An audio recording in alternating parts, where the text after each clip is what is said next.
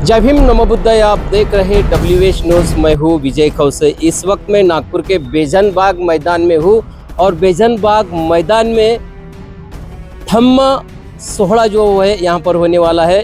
1 अक्टूबर को यहाँ पर जो है भीम सेना की ओर से बहुत बड़ा भव्य ऐसा धम्म दीक्षा समारोह यहाँ पर होने वाला है। इसका आयोजन जो है भीम सेना के राष्ट्रीय अध्यक्ष श्रीधर साल्वे जी और राष्ट्रीय जो प्रवक्ता है हर्षबोधी महास्थविर, इन्होंने आयोजन किया है। आप देख सकते हैं बहुत बड़ा जो है यहाँ पर पेंडाल डाला गया है और मेरे पीछे भी देख सकते हैं आप जो है बहुत बड़ा 40 बाय 30 का जो है ऐसा भव्य मंच लगाया गया है।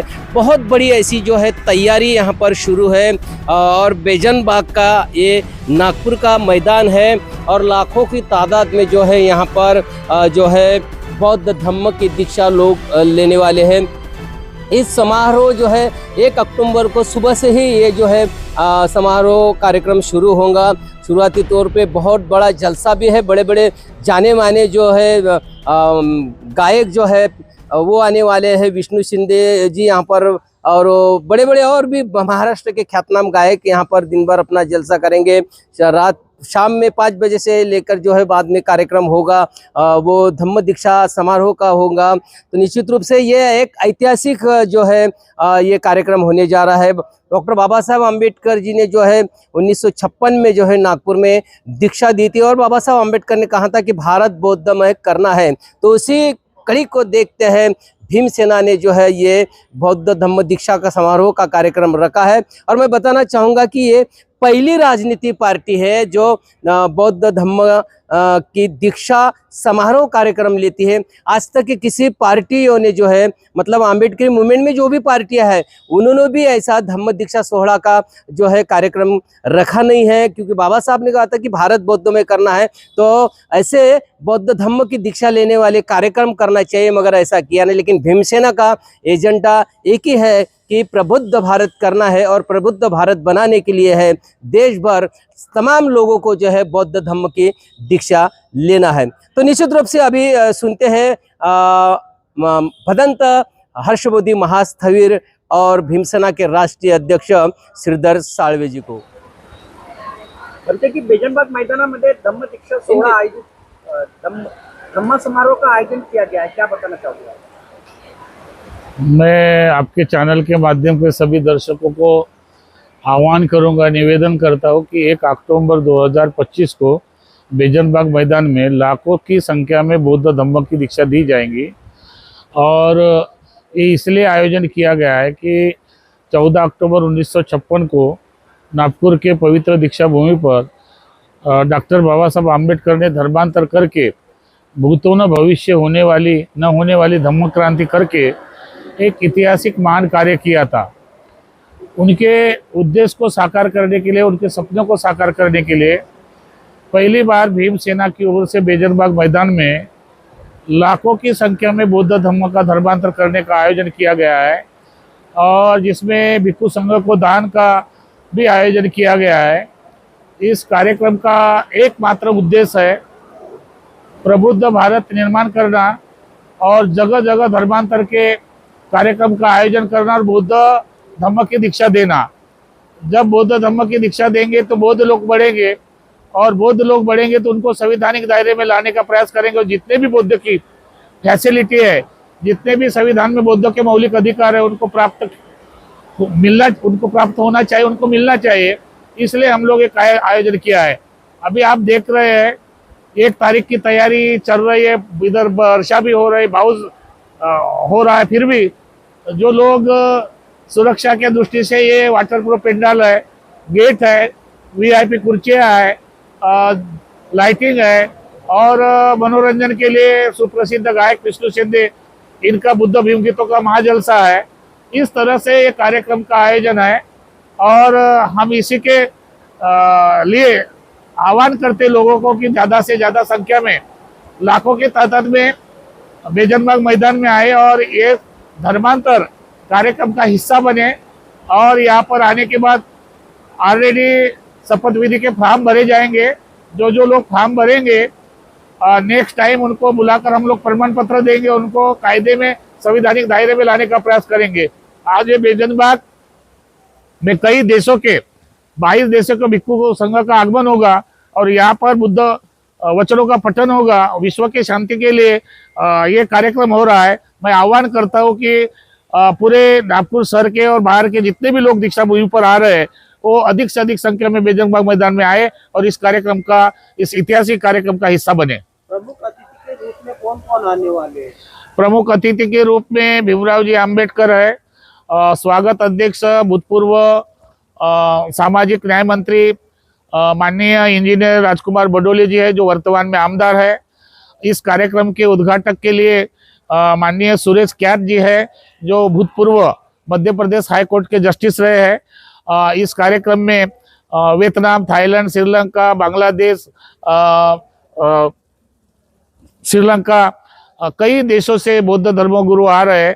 इस कार्यक्रम में हमने माननीय खासदार रामटेक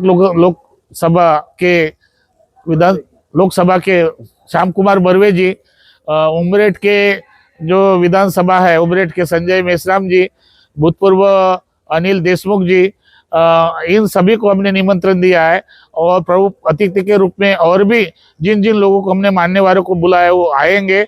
और विशेष रूप से इस कार्यक्रम का एक महत्वपूर्ण हिस्सा जो आज पूरे देश के भिक्षु जो आ रहे हैं लगभग उनका एक आकर्षण है। उनके अपनी भाषा में वो चैंटिंग करेंगे, बुद्ध वचनों का पठन करेंगे और एक ऐतिहासिक जो परंपरा रही है, जब डॉक्टर बाबा साहब आम्बेडकर ने दीक्षा भूमि पर धर्मांतर किया था तो गुरु चंद्रमणि को बाबा साहब ने रिक्वेस्ट किया था कि भंते जी मेरे दीक्षा लेने के पहले बुद्ध वचनों का पठन कीजिए। तो उसी को देखते हुए हम पूरे देश विदेश के भिक्षुओं को बुलाकर उनके द्वारा विश्व शांति के लिए पठन करेंगे। इस ऐतिहासिक बेजन बाग मैदान में कितने अनुयायी आने की अपेक्षा है? लाखों की तादाद में हमने आह्वान किया है, लेकिन निश्चित रूप से आप 1 तारीख को कार्यक्रम में जितने लोग आते हैं आप देखेंगे। मैं ऐसा संख्या तो नहीं बताता हूँ, लेकिन मुझे विश्वास है कि ये धर्मांतर में लाखों की तादाद में लोग आएंगे। और कुछ बारिश का वजह है, कुछ प्रॉब्लम है। बारिश की व्यवस्था करके रखिए बंते जी, बताइए लोगों को। नहीं, ये पेंडाल बारिश की व्यवस्था है, इसलिए सुरक्षा की दृष्टि से हमारा कार्यक्रम जितने भी लोग आएंगे उसकी बारिश में भीगना नहीं चाहिए, इसलिए डोम डाला है, वाटर प्रूफ, यहाँ पर कोई तकलीफ नहीं है। लेकिन फिर भी बहुत सारे लोग बढ़ेंगे तो उनके लिए कुर्सियाँ का व्यवस्था की है। 2000 कुर्सियाँ रहेंगी, VIP रहेंगे, बैरिगेट रहेगा, इस तरह से सारी हम लोग व्यवस्था की है। क्या आह्वान करना चाहोगे? बुद्ध अनुयायी को यही आह्वान करूंगा कि इस ऐतिहासिक कार्यक्रम में ज्यादा से ज्यादा संख्या में आना चाहिए, शुभ्र वस्त्र परिधान करके, और ऐतिहासिक कार्यक्रम में धम्म दीक्षा लेकर बाबा साहब के सपनों को साकार करने के लिए लाखों की संख्या में आना चाहिए।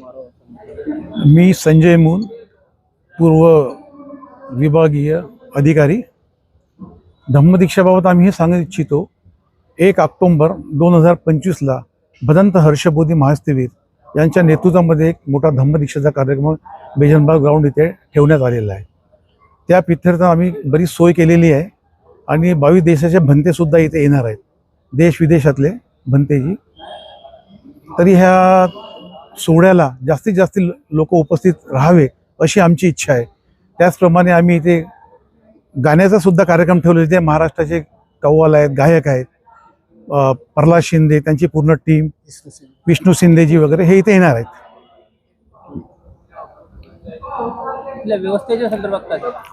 व्यवस्थेच्या संदर्भात व्यवस्था तर फार छान केलेली आहे आणि आम्हाला अशी आशा आहे की जास्तीत जास्त बौद्ध बांधव, SC ST OBC बांधव हे सुद्धा इथे दीक्षा घ्यायला येतील असं मला वाटतंय। धम्म दीक्षा कार्यक्रम में लाखों की संख्या में लोग यहाँ उपस्थित हो गए। अभी मौसम सभी को समझ में आ रहा है कि वर्षा थोड़ी ज़्यादा हो गई है, तो उस वजह से हमने वाटरप्रूफ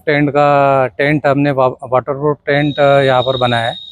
और मुझे लगता है कि उस दिन अगर वर्षा होती है फिर भी हमारे पास में 10,000 लोग टेंट के अंदर में रह सकते हैं और उनके लिए हम लोग अच्छी सुविधा और देखेंगे जैसे जैसा समय आएगा 1 तारीख को, और जैसा वातावरण रहेगा, बारिश का रहेगा तो हम और भी इसको बढ़ा सकते हैं।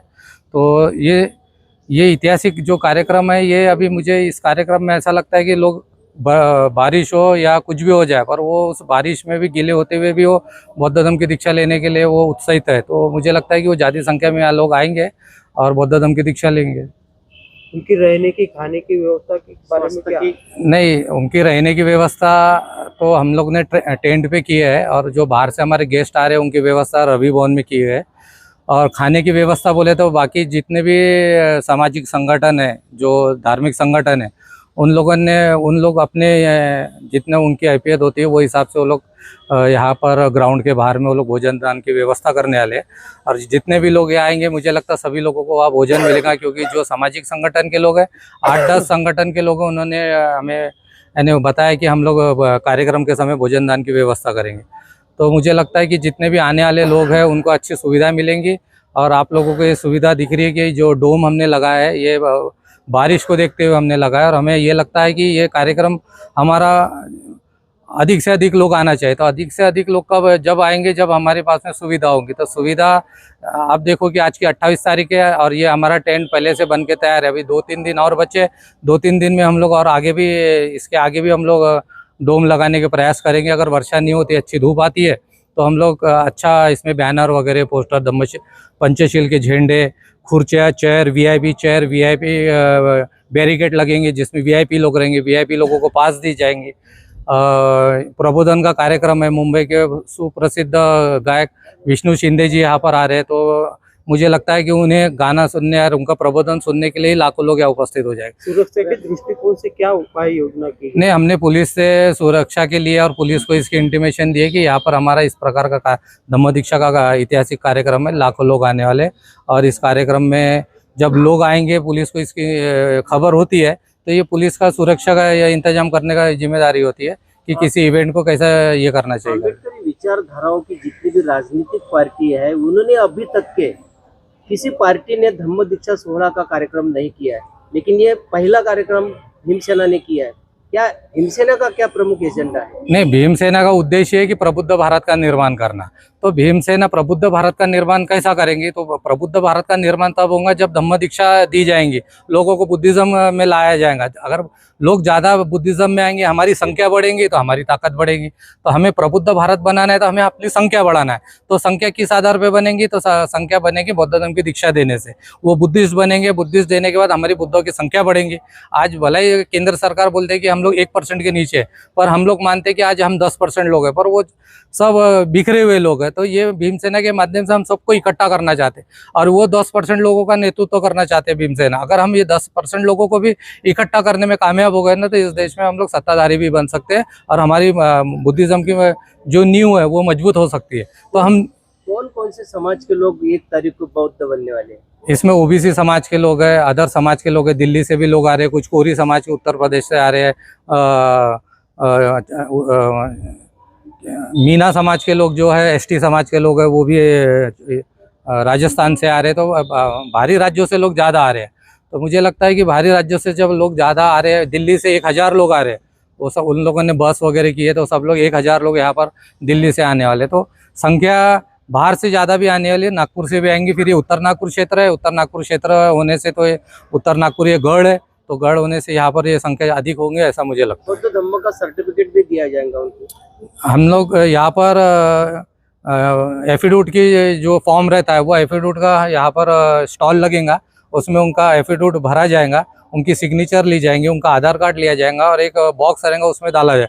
जो व्यक्ति धम्म दीक्षा के लिए आया है उनका सर्टिफिकेट बनेगा। और पर सर्टिफिकेट उस समय हम लोग प्रोवाइड नहीं कर सकते, वो सर्टिफिकेट हम लोग कुछ 8-10 दिन या हमारा जैसा भी प्लानिंग होता है कि उनको सर्टिफिकेट कब देना चाहे, तो उस समय हम लोग उनको सर्टिफिकेट के लिए उनको कॉल करेंगे, क्योंकि उनके फॉर्म में उनके नंबर, नाम वगैरह सब हमारे पास आ जाएंगे।